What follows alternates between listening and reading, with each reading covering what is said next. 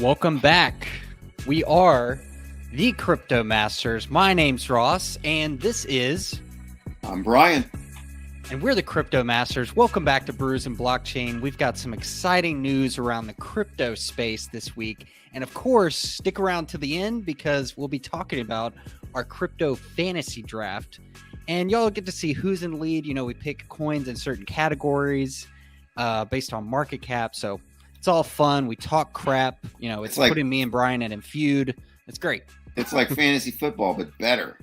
Better. Exactly, Brian. Because it's crypto. Exactly.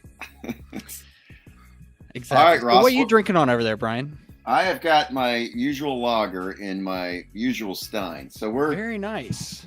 As you might have seen, well, they haven't seen all of our steins at one time, but we have a massive stein collection over at the main Crypto Master Studios. But when we do the live show remotely, I just sort of have my one stein.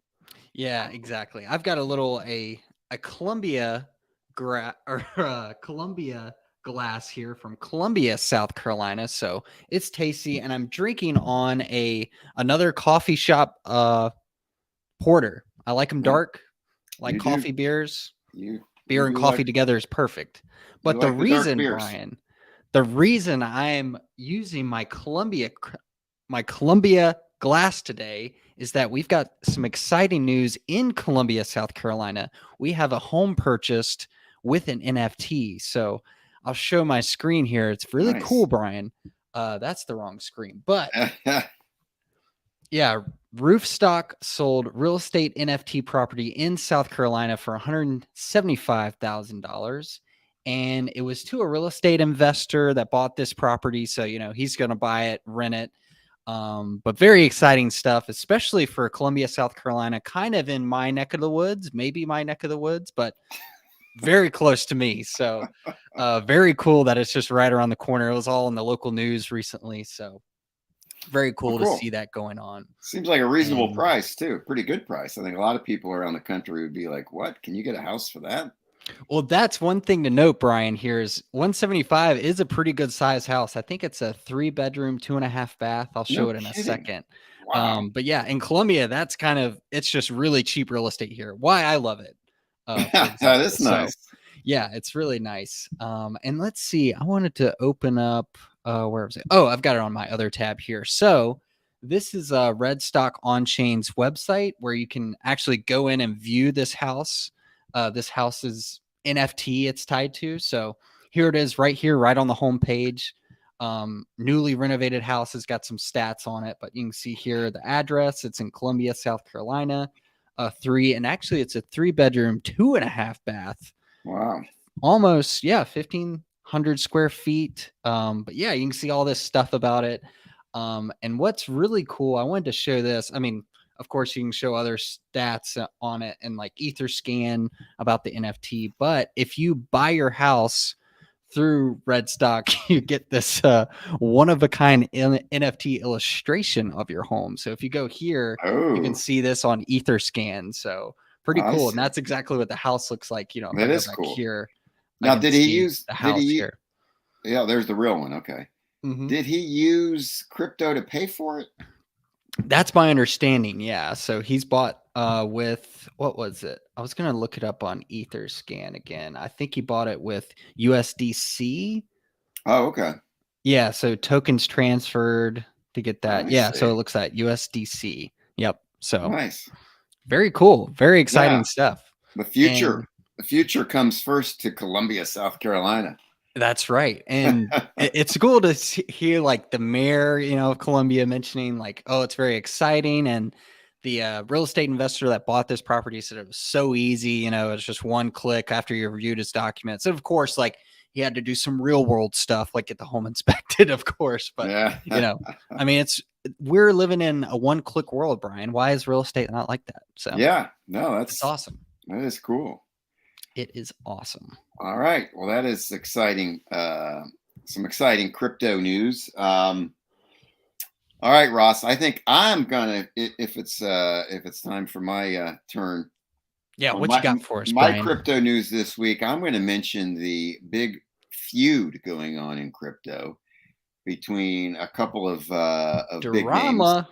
Yeah, BitBoy. Everybody, not everybody, but a lot of people know Ben Armstrong, also known as BitBoy. Just he's been a long time YouTuber, and then of course now he's branched into Twitter and other social media that I'm not on probably. But yeah, so now he has a big operation, lots of followers. We've talked about him before. Yeah, I think I have a positive view of BitBoy. I mean, and, just like anyone, I'm not going to blindly follow his advice, but as he's gotten a bigger operation, he's branched out from just reviewing coins and tokens and things like that, and he's trying to become more of a thought leader maybe in the industry, even though a lot of people I think don't look at him that way. Yeah, but he had Hoskinson on a week or two ago. Yeah, I saw they were at a convention or something together, and yeah, he did an interview with him. It was like an hour long. Of course, it's hard to have a short interview with Charles, but yeah, he'll go. Yeah, I watched a good bit of that, and it was interesting, good stuff. So anyway, his big feud, and a lot of people probably saw this because he had a rage which went semi-viral. Raging, his feud is with Sam Bankman-Fried, the I guess CEO of FTX Exchange, and formerly of Alameda Research, and he still owns 90% of Alameda Research. So BitBoy went off, and here's where it started. It started with as Sam Bankman-Fried goes by SBF, so I'm going to call him that. He proposed kind of a regulatory framework. Everybody's sort of saying regulations coming. So SBF proposed a regulatory framework on his, put it on a blog or something. And it got a lot of criticism, and I think justifiably so. And most of the criticism was that it really violates sort of the guiding principles of crypto. Two big ones of which we talk about all the time are decentralization and censorship. That's our big that's our big ones. And so Sam Bankman-Fried, who owns a centralized exchange, his proposals really didn't probably benefited him a little more. Exactly, absolutely benefited him and his company, of course. And so that, and maybe some other things, which I'll get to some of the other stuff later, brought BitBoy's initial rage, I believe. And if you haven't seen it, you can just Google it and find it. But he's raging. He's shaking the microphone. It's crazy. It's spittles flying out of his mouth. He's just got, and these faces are incredible. Now, I don't know. Maybe that's a show to some extent. But it's part of the thing about the rage, actually, though, Ross, I know you watched it too. Oh, yeah. It wasn't his shining moment, because I see that as him saying, I'm the one that's sticking up for a little guy, and I'm the one that's doing all the work behind the scenes. And it's just sort of very self-centered, and rather than there's no humility in it whatsoever. But so sort of the content or that part of the content or the delivery or the self promotion of that rant, I was not a big fan of. Now the content of it, though, I sort of agree with him that that Sam Bankman-Fried doesn't really have the guiding principles of crypto in mind, or he's not really sticking up for those because it doesn't benefit his company. And others have come out, he's got tons of comments and criticisms. So it's not just BitBoy, but BitBoy called SBF and Brian Armstrong, the CEO of Coinbase, he called them devils. He literally called them devils. His Twitter account was very rageful.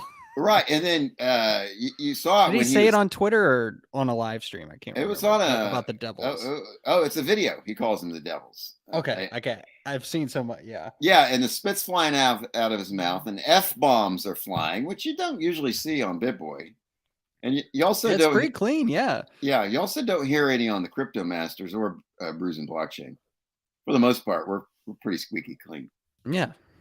Anyways, Her reputation hasn't been tarnished yet, Brian. Right, and so in response to that, in response to a lot of the criticism, SBF did a big tweet, and one of those in that big thread mentioned BitBoy, or I don't remember if we called him Ben Armstrong or BitBoy, but he said, I hope someday I get as excited about something as you are about me. So he kind of tried to stick it back to BitBoy, but obviously they don't like each other. Yeah. But then after that, BitBoy comes out with another video, which he calls, SBF Exposed, and said he has on good information that SBF is and through FTX, the company, the exchange FTX, but manipulated by Sam Bankman-Fried, is manipulating the markets. He's got evidence of pump and dumps, and he mentions a couple of specific tokens where they had FTX had listed Rowan before it went to the other exchanges, and he sort of showed some charts that showed it pumping, and then when the little guys bought through the other exchanges, boom, FTX dumped, crapped on the little guys. So that's one thing. And then another allegation he makes in the video is that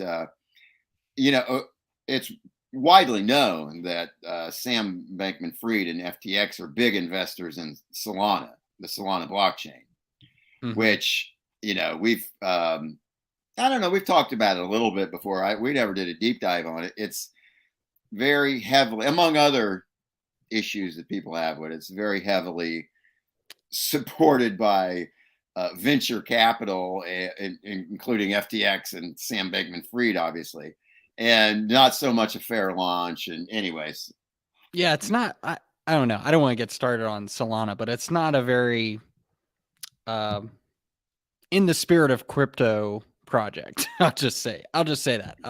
Right. Very, very centralized. Yeah. So. Yeah. So he's BitBoy from his sources, knows that FTX is doing all it can to crush competitors of Solana because they're so heavily invested in it. So, and he mentions that they use the Alameda Research, which is 90% owned by SBF, is doing some of the manipulating. So anyway, that's kind of interesting. Maybe not good, but it's healthy to have a debate. Yeah. And speaking of debates, then again, stemming from all that, one of the critics of the SBF proposal was a guy named Eric Voorhees. I've heard him before. I've seen him on Twitter. He's the head of some crypto organization. I'm not really sure, but apparently they had a debate. I did not see the debate, but from what I heard, and maybe it was okay. The bias side was that Eric Voorhees crushed SBF in the debate, made him look like a baby. Okay. Yeah, I'll have to check that out. Yeah, I'm going to check it out too. So I'm fully admitting that I haven't watched it myself, and this comes from comments from BitBoy and others who said that Eric Voorhees, made him look bad in the debate. So, anyways, that's something going on in the crypto world. Maybe not good to have infighting, but also not bad to have a lively debate, and especially one that's maybe bringing out about information that can be important for future regulations, which is going to be very important. Yeah, for sure. And I don't know. I just want to come back to the BitBoy point. I mean, the rage is just, I don't know, just bad. We got a comment coming in here. Let me see. Nick, excited to watch the debate, but more excited for the Crypto Masters. That's right, Nick. Welcome to the stream. Nick. Nick should But be on it because he would love Brews and blockchain. He should have a maybe brew. Nick has been on every stream. I gotta say, we might pull Nick in for Nick a is little guest. a loyal fan and a loyal commenter. It's awesome. We like it. Appreciate you Yeah. joining the stream, Nick. But this BitBoy stuff, Brian, it's just, I don't know. I love the passion. I love where his head's at, but the rage he did just makes crypto just look like crazy. But I'm not worried. The bull run is still going to go strong. You know, I dollar got cost average. I have and a it's all theory. great. You know how Oh, celebrities sometimes when they aren't as hot as they used to be, they'll do something crazy. You know, like Britney Spears shaving her head or something. Is the BitBoy Rage kind of a show like that? It might be. Yeah, I'm glad you brought that up. It might be. It's still like, I don't know. I wish he did something crazy, like shaved his head or I don't know. Shaved his head live on stream. I don't know. Oh, there you go. That's a good point. Oh, side note, BitBoy has 1.43 million subscribers on YouTube. I didn't realize it was that high at this point, but that is a lot. Big name in the crypto space. He definitely is. Yeah. All right. Where are we going to next, Ross? Is it time for the fantasy crypto update? I think it is time for the fantasy crypto update. I'm really excited to see who's in the lead. I mean, this is a big time competition. It's I'm sure the viewers are. Well, the viewers are going to be upset that, you know, I'm undoubtedly in the Are you in second place? I'm in second. I'm not in last. Well, I guess you could say I'm in last, but more importantly, I'm in second. There you go. You're in first. All right. But I've got, let's see, 116,000 from where we started at 120,000. This might be a crypto fantasy of who goes down the least, but Brian is catching up. We'll get to that in a second. But Dogecoin with you have Dogecoin and you're not in the lead. That's crazy. It's actually shocking. That's how bad my other assets are doing. But I mean, Elon solidifying the Twitter deal really helped out my Dogecoin. And that's why I've got some in this draft and why I've got some in real life. You just never know what's going to pop off. So a question on my mind is, do I take these profits and dump it on something else, or do I keep riding it? I don't know. That's why I'm. Well, you don't know what Elon's going to do, you know, with Twitter if somehow he involves Doge, you know, as a payment method or something on that. Exactly. You know, it could be a catalyst, Ross. You might want to hold it. Well, or you might want to dump it, and I'll pick it up on the way. So it's up to you. That just makes me want to hold it even more. Okay, that might be decided already. All right, well, scroll through. Let us see. Yeah, let us see your other. We'll see a lot of green. I see Polygon, a lot of green. We're starting to get into the red around Yearn, down 200 there. So this is where we start to get in the red here. Neo, you know, obviously everything 24 hours in the weekly is coming up. Everything's kind of really popping off right now. Yeah. Wax still low, but coming up. Yeah, kind of everything following the same trend. So Axie Infinity, way low though. Shocker. So your gaming, I would say your gaming ones, your biggest are Wax and Axie, and they're both red. That's interesting. Yep.